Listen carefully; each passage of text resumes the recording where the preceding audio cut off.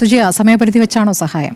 സമയപരിധി വെച്ച് തന്നെയാണ്. അത് എല്ലാ തവണയും ഇങ്ങനെയുള്ള സഹായങ്ങൾ നൽകുമ്പോൾ ഈ സഹായം തന്നിരിക്കുന്ന സഹായം എന്ന് പറയുന്നത് ക്യാപെക്സ് ആണ്, ക്യാപിറ്റൽ ഇൻവെസ്റ്റ്മെന്റ് സ്കീം. അതിന് നടപ്പ് സാമ്പത്തിക വർഷത്തിലേക്കാണ് തന്നിരിക്കുന്നത്. അതുകൊണ്ട് മാർച്ച് 31 ആകുമ്പോഴേക്കും അതിന്റെ സമയപരിധി തീരുന്നു എന്നതാണ് നമ്മുടെ മുന്നിലുള്ള വസ്തുത. അതൊരു ഇൻട്രസ്റ്റ് ഫ്രീ ലോണാണ്. അത് സംസ്ഥാനങ്ങൾക്ക് capital investment to boost infrastructure development projects, അത് 50 വർഷത്തേക്കുള്ള ഒരു ഇൻട്രസ്റ്റ് ഫ്രീ ലോണായിട്ടാണ്, പലിശരഹിത വായ്പയായിട്ടാണ് എല്ലാ സംസ്ഥാനങ്ങൾക്കും കൊടുക്കുന്നത്. കേരളം ഇത് ആദ്യമായിട്ടല്ല ഈ സഹായം ചോദിക്കുന്നതും കേരളത്തിന് കിട്ടുന്നതും. കഴിഞ്ഞ വർഷം എനിക്ക് തോന്നുന്നു നവംബറിലാണെന്ന് തോന്നുന്നു മെട്രോ അടക്കമുള്ള വിഴിഞ്ഞമടക്കമുള്ള പ്രോജക്റ്റുകൾക്കായി 1000-ൽ പരം കോടിയുടെ സഹായം ഇതേ ഗ്രാൻഡായിട്ട് തന്നെ വന്നിരിക്കുന്നു. ഇതിലിപ്പോൾ സമയപരിധി വെച്ചു അല്ലെങ്കിൽ കണക്ക് ചോദിച്ചു എന്നൊക്കെ പറഞ്ഞ് ചർച്ചകൾ വഴിമാറ്റി വിടുമ്പോൾ എന്താണ് വയനാട്ടിൽ സംസ്ഥാന സർക്കാർ ചെയ്തത് എന്ന് ചോദിച്ചു കഴിഞ്ഞാൽ ഈ കോടതിയിൽ കേസ് നടത്തിപ്പല്ലാതെ ഒരു വീടിൻ്റെയെങ്കിലും പണി തുടങ്ങിയോ? ഒരു റോഡിൻ്റെയെങ്കിലും പണി തുടങ്ങിയോ? എന്തെങ്കിലും ഒരു കാര്യത്തിലേക്ക്, കൃത്യമായ ഒരു പദ്ധതിയിലേക്ക് എത്താൻ ഇത്രയും മാസങ്ങൾ പിന്നിട്ടിരിക്കുന്നു എന്നുള്ളത് നമ്മുടെ മുന്നിലുള്ള ഒരു യാഥാർത്ഥ്യമാണ്. ദുരന്തബാധിതർ ചോദിക്കുന്നത് ഞങ്ങളെ ഇട്ടിങ്ങനെ കുരങ്ങ് കളിപ്പിക്കുന്നത് എന്താണ് എന്നതാണ്. ആ ചോദ്യം നമ്മൾ അഡ്രസ്സ് ചെയ്യേണ്ട ഒരു ബാധ്യത അല്ലെങ്കിൽ ഉത്തരവാദിത്തം നമുക്ക് എല്ലാവർക്കുമുണ്ട്. മാധ്യമങ്ങൾക്കായാലും കേരളത്തിലെ ജനങ്ങൾക്കായാലും എല്ലാവർക്കുമുണ്ട്. കാരണം ആ ദുരന്തമുണ്ടായപ്പോഴേക്കും അവിടേക്ക് ഓടിയെത്തി സഹായിച്ച, അവിടെ മതമോ ജാതിയോ രാഷ്ട്രീയമോ ഒന്നും നോക്കാതെയാണ് എല്ലാവരും ഓടിയെത്തിയത്. പക്ഷേ ആ ഓടിയെത്തി അവരെ ആ ദുരിതത്തിൽ നിന്ന്, ഉരുൾപൊട്ടലിൻ്റെയും മണ്ണിടിച്ചിലിൻ്റെയും ഒക്കെ അടിയിൽപ്പെട്ട് കിടന്നവരെ അവിടെ നിന്ന് രക്ഷിച്ച ക്യാമ്പുകളിലേക്ക് എത്തിച്ചു. അത് കഴിഞ്ഞ് വീണ്ടും സമയമെടുത്തു അവർക്ക് വാടക വീടുകളിലേക്ക് പോകാൻ. അപ്പോൾ ആ വാടക വീടുകളിലേക്ക് പോയവർക്ക് വാടക കൃത്യമായി കിട്ടുന്നില്ല എന്നുള്ള പരാതികളടക്കമുണ്ട്.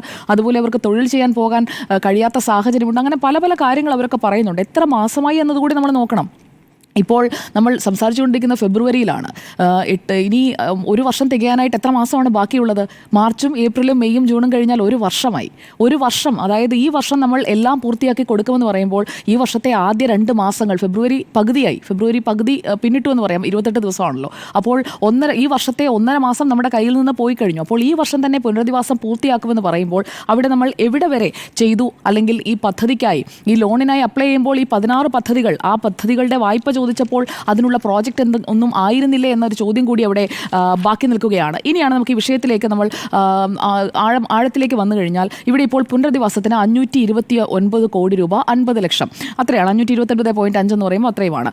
അത് മാർച്ച് 31 മുമ്പ് വിനിയോഗിച്ച് തീർക്കാൻ കഴിയില്ല എന്നുള്ളത് ആർക്കും പറയാവുന്ന കാര്യമാണ്. 45 ദിവസം, അതിൽ ഇന്നത്തെ ഒരു ദിവസം മൈനസ് ചെയ്ത് കഴിഞ്ഞാൽ 44 ദിവസമാണ് ബാക്കിയുള്ളത്. 44 ദിവസം കൊണ്ട് ഈ പദ്ധതികളുടെ പൂർത്തീകരണം ഒരിക്കലും സാധിക്കില്ല. പക്ഷേ ഇവിടെ ഇപ്പോൾ വകുപ്പ് സെക്രട്ടറിമാരുടെ യോഗം ചേരാൻ പോകുന്നതേയുള്ളൂ. ഈ തുകയുടെ വിനിയോഗം എങ്ങനെ വേണം, നമ്മൾ ഒരു കാര്യത്തിനായി ഇറങ്ങിത്തിരിക്കുമ്പോൾ, നമ്മൾ ഒരു പ്രോജക്റ്റ് പ്രപ്പോസൽ വെക്കുമ്പോൾ അത് എങ്ങനെയൊക്കെയാണ് നമ്മൾ നടപ്പാക്കാൻ പോകുന്നത് എന്നതിനെക്കുറിച്ച് വിവിധ വകുപ്പുകളുടെ ഒരു കൂടിയാലോചന നടക്കുമല്ലോ. ഇപ്പോൾ മുന്നോട്ട് വെച്ചിരിക്കുന്ന ഓരോ പ്രോജക്റ്റിനും അതിന് എത്രയാണോ ചോദിച്ചത് അതിനനുസരിച്ച് ഉണ്ട്. സാർ തന്നെ സൂചിപ്പിച്ചല്ലോ, 5 കോടിയുടെ മാത്രമാണ് മൈനസ് വന്നിരിക്കുന്നത്. അപ്പോൾ ഓൾമോസ്റ്റ് ആവശ്യപ്പെട്ട അത്ര തന്നെ വായ്പ കിട്ടിയിരിക്കുകയാണ്. പക്ഷേ ആ വായ്പ എങ്ങനെ വിനിയോഗിക്കും, ഈ കാശ് കൊണ്ട് ഞങ്ങൾ എന്ത് ചെയ്യാനാ, അല്ലെങ്കിൽ ഇത് എങ്ങനെ വിനിയോഗിക്കും എന്ന് കൈമലർത്ത് നിൽക്കുകയല്ല വേണ്ടത്. ഈ കൈമലർത്തൽ തുടങ്ങിയിട്ട് കുറേ കാലമായല്ലോ.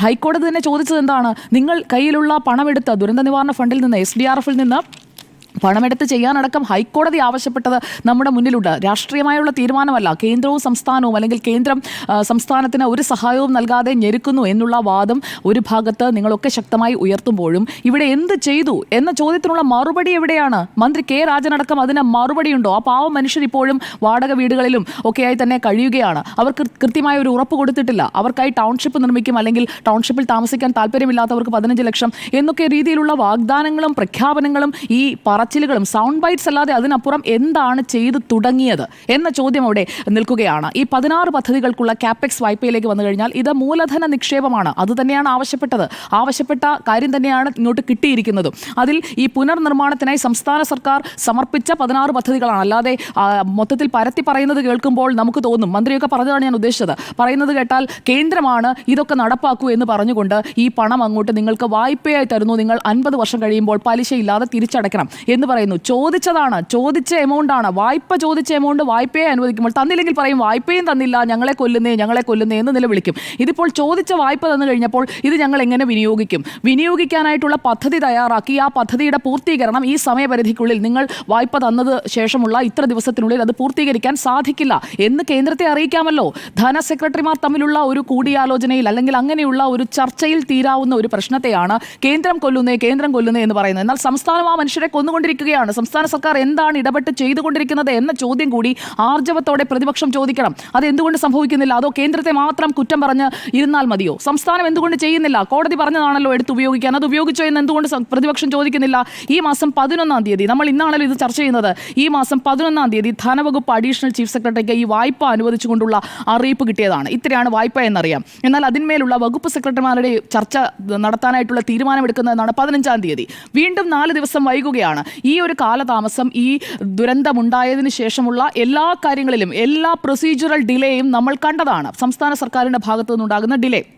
ഇവിടെ ഈ 16 പദ്ധതികൾ സമർപ്പിക്കുമ്പോൾ അതിൽ പൊതുകെട്ടിടങ്ങളുണ്ട്, റോഡ് നിർമ്മാണമുണ്ട് എന്നൊക്കെ സമർപ്പിക്കുമ്പോൾ തന്നെ അതിനുള്ള എങ്ങനെയാണ് നമ്മളിത് പദ്ധതി നടപ്പാക്കാൻ പോകുന്നത്, ഊരാളുങ്കലിന് എല്ലാ കോൺട്രാക്റ്റും കൂടി കൊണ്ടങ്ങ് കൊടുക്കാമെന്ന് തീരുമാനിക്കുന്നത് പോലെയുള്ള വേഗം ഈ ഓരോ പദ്ധതിയും എങ്ങനെ ചെയ്യണം, അവിടേക്ക് ആ റോഡ് ആവശ്യമുണ്ടോ, ആളുകളെല്ലാം ഒഴിഞ്ഞു പോയതിനു ശേഷം അവിടെ അങ്ങനെ ഒരു പുനർനിർമ്മാണം ആവശ്യമുണ്ടോ എന്നൊക്കെ ഈ പദ്ധതി കൊടുക്കുന്ന സംസ്ഥാന സർക്കാരല്ലേ പറയേണ്ടത്. അല്ലാതെ കേന്ദ്രമാണോ അവിടെ എന്താണ് വേണ്ടത് എന്ന് ഡിസൈഡ് ചെയ്യുന്നത്? ഇവിടെ നിന്ന് അങ്ങോട്ട് കൊടുത്ത പദ്ധതിക്ക് കൃത്യമായിട്ടുള്ള തുകയാണ് അവിടെ നിന്ന് വായ്പയായി തന്നിരിക്കുന്നത്.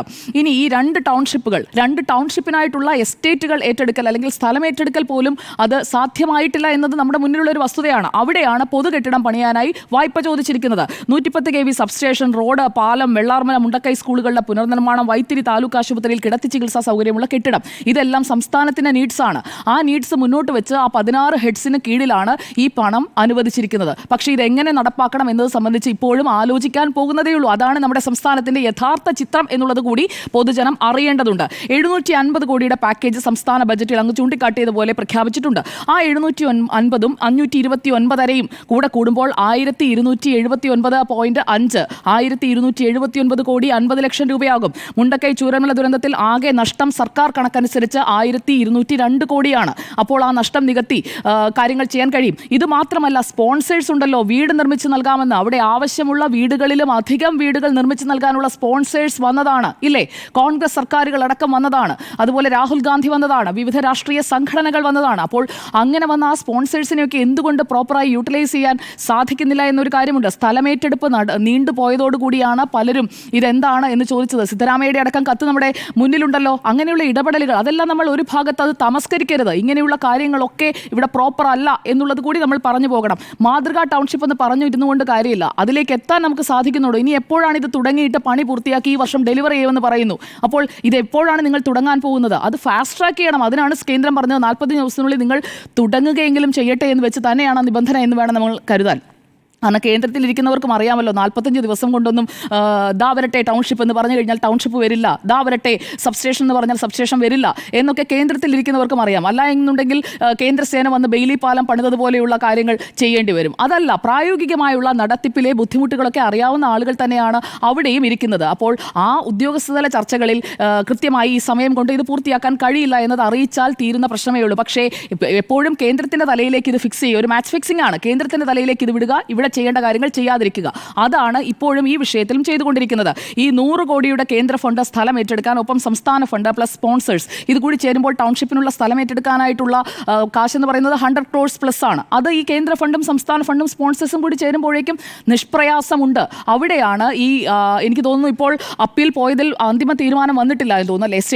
എസ്റ്റേറ്റുകൾ അപ്പീൽ പോയിരിക്കുന്നതിൽ അന്തിമ തീരുമാനം വന്നിട്ടില്ല. അപ്പോൾ അത് പെൻഡിംഗ് ആണ്, കോടതിയിൽ പെൻഡിംഗ് ആയി നിൽക്കുകയാണ്. അപ്പോൾ ഈ വിഷയങ്ങളൊക്കെ സംസ്ഥാന സർക്കാരിന് കേന്ദ്രത്തെ അറിയിക്കാവുന്നതേ ഉള്ളൂ. ഞങ്ങൾക്ക് ഈ പ്രോജക്റ്റിലേക്ക് കടക്കുന്നതിന് ഇന്ന ബുദ്ധിമുട്ടുകളുണ്ട്.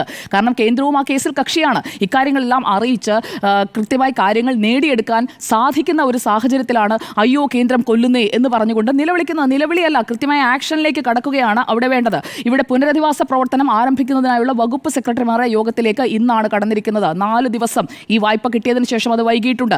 എത്രയും പെട്ടെന്ന് തുക വിനിയോഗിക്കണം, അതിനൊരു പദ്ധതി തയ്യാറാക്കണം എന്ന നിർദ്ദേശം പോകുന്നത് ഇന്നാണ്. അപ്പോൾ ഈ പദ്ധതി തുടങ്ങി വെക്കുക, അതിനുശേഷം കൂടുതൽ സമയം നേടുക. ഈ യൂട്ടിലൈസേഷൻ സർട്ടിഫിക്കറ്റിനെ കുറിച്ച് അങ്ങ് സൂചിപ്പിച്ചതുപോലെ ആ യൂട്ടിലൈസേഷൻ സർട്ടിഫിക്കറ്റ് ഏത് ക്യാപിറ്റൽ എക്സ്പെൻഡിച്ചർ ലോണിനും കാപ്പെക്സ് ലോണിനും ഏത് സംസ്ഥാനവും, അത് കേരളം എന്നല്ല UP ആയാലും കൊടുക്കണം. എല്ലാ സംസ്ഥാനത്തിനും ഒരേ രീതിയിലാണ് ഈ നിയമം എന്ന് പറയുന്നത്. അത് NDA സർക്കാരായി കൊണ്ടുവന്ന സംവിധാനവും അല്ലല്ലോ. അതിനു മുൻപ് തന്നെ ഈ കാപ്പെക്സ് ലോൺ എന്ന് പറയുന്ന സംവിധാനം നമ്മുടെ രാജ്യത്ത് നിലവിലുണ്ടെന്നാണ് ഞാൻ മനസ്സിലാക്കുന്നത്. ഇതിപ്പോൾ NDA സർക്കാർ വന്ന് NDA ഭരിക്കാത്ത സംസ്ഥാനങ്ങളെയൊക്കെ ആക്രമിക്കുന്നു, കേരളത്തെ കുറച്ച് കൂടുതൽ ആക്രമിക്കുന്നു എന്ന ഒരു നരേറ്റീവ് സെറ്റ് ചെയ്യുകയാണ്. പക്ഷേ അങ്ങനെയല്ല, കാപ്പെക്സ് ലോണിന് കൃത്യമായി അതിൻ്റെതായ നിബന്ധനകളുണ്ട്.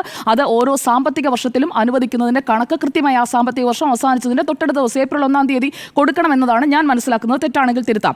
ഈ സ്പെഷ്യൽ അസിസ്റ്റൻസ് ലോണിന് മറ്റൊരു കാര്യം കൂടിയുണ്ട്.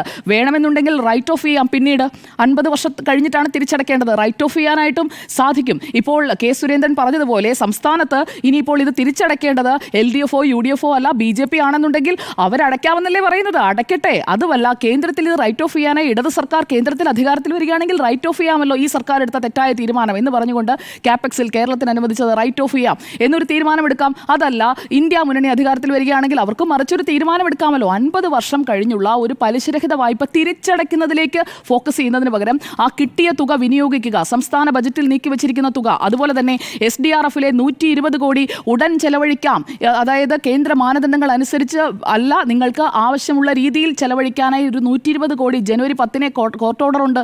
അതെവിടെയെങ്കിലും ഉപയോഗിച്ചോ? അതുപയോഗിച്ചുകൊണ്ടുള്ള എന്ത് പ്രവർത്തനമാണ് തുടങ്ങിയത്? കോടതി പറഞ്ഞതാണല്ലോ. അപ്പോൾ കോടതി ഇടപെടലുണ്ടായി. SDRF വിനിയോഗിക്കാൻ പറയുമ്പോൾ അതിൽ തൊടില്ല. കേന്ദ്രം 2000 തരാത്തതുകൊണ്ട് ഞങ്ങളൊന്നും ചെയ്യുന്നില്ല എന്ന് പറഞ്ഞ് കൈകെട്ടിയിരുന്നിട്ട് ഒരു കാര്യവുമില്ല. ഇവിടെ കൃത്യമായി പുനരധിവാസത്തിലേക്ക്, അതിൻ്റെ പ്രാരംഭ പ്രവർത്തനങ്ങളിലേക്ക് കൃത്യമായി തന്നെ കടക്കണം. അല്ലാതെ ആ ജനങ്ങളെ ഇത്രയും കാലം കിറ്റിലടക്കം ഉണ്ടായത് എന്താണെന്ന് നമ്മൾ കണ്ടല്ലോ. മേപ്പാടിയിലടക്കം കെട്ടിക്കിടന്ന് പുഴുവലിച്ച ഭക്ഷണം വരെ കൊടുക്കുന്ന ഏത് രീതിയിലാണ് ആ ദുരിതബാധിതരെ ട്രീറ്റ് ചെയ്തത് എന്നുള്ളത് നമ്മൾ ദൃശ്യങ്ങളായി പുറത്തേക്ക് കണ്ടതാണ്. ആരും രാഷ്ട്രീയ ആരോപണം ഉന്നയിക്കുന്നതിനും അപ്പുറം ആ ദൃശ്യങ്ങളും അവിടുത്തെ മനുഷ്യരുടെ ദുരിതവും നമ്മൾ കണ്ടുകൊണ്ടിരിക്കുകയാണ്. അപ്പോൾ ഈ സംസ്ഥാന ദുരന്ത നിവാരണ ഫണ്ടിലെ തുക മാനദണ്ഡം കണക്കാക്കാതെ കേരളത്തിന് വിനിയോഗിക്കാം എന്ന് കേന്ദ്ര സർക്കാർ ഹൈക്കോടതിയിൽ തന്നെ പറഞ്ഞു. ഹൈക്കോടതിയുടെ ഇടക്കാല ഉത്തരവും ഈ വിഷയത്തിൽ വന്നു കഴിഞ്ഞതാണ്. അതിനുശേഷം എന്ത് ചെയ്തു എന്ന ഒരു ചോദ്യം അവിടെ ബാക്കിയുണ്ട്. പ്രതിപക്ഷത്തിന് ആർജവമുണ്ടെങ്കിൽ ആ ചോദ്യം കൂടി സംസ്ഥാന സർക്കാരിനോട്, മുഖ്യമന്ത്രിയോട് ചോദിക്കുകയാണ് വേണ്ടത്. അല്ലാതെ കേന്ദ്രത്തെ മാത്രം പഴി പറഞ്ഞിരുന്നത് കൊണ്ട് കാര്യമില്ല. കൃത്യമായ ഒരു സ്കീമാണ് ഈ ക്യാപിറ്റൽ ഇൻവെസ്റ്റ്മെന്റ് സ്കീം. അതിൽ മാർച്ച് 31 വരെ, അതായത് ആ സാമ്പത്തിക വർഷത്തിലെ 2024-25 സാമ്പത്തിക വർഷത്തിൽ അനുവദിച്ചതിന്റെ കണക്ക് കൊടുത്തേ പറ്റൂ. അതിപ്പോൾ നാളെ ഇന്ത്യ മുന്നണി അധികാരത്തിൽ വന്നാലും അവരും ഇത് തന്നെ ചെയ്യുകയുള്ളൂ. അപ്പോൾ ഇവിടെ കേന്ദ്രത്തെ പഴി പറയുന്നതിന് പകരം ആക്ഷനിലേക്ക് കടക്കണം എന്നുള്ളതാണ് എൻ്റെ ഒരു ഹംബിൾ റിക്വസ്റ്റ്.